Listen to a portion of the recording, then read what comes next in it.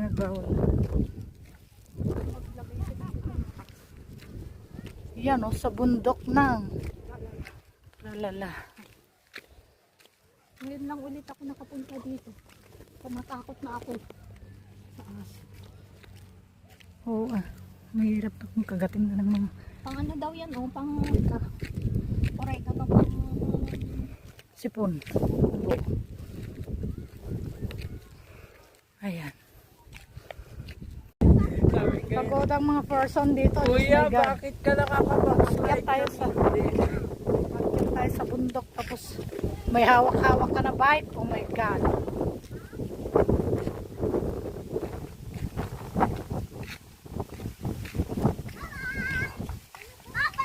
Ayan. So walking naman tayo. Hindi. We're waiting guys. Oh, iniwan niyo na si Mimi Ann.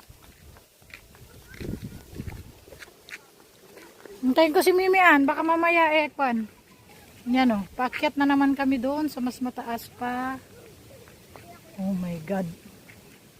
Oh, bakit iniwan niyang payong sa'yo?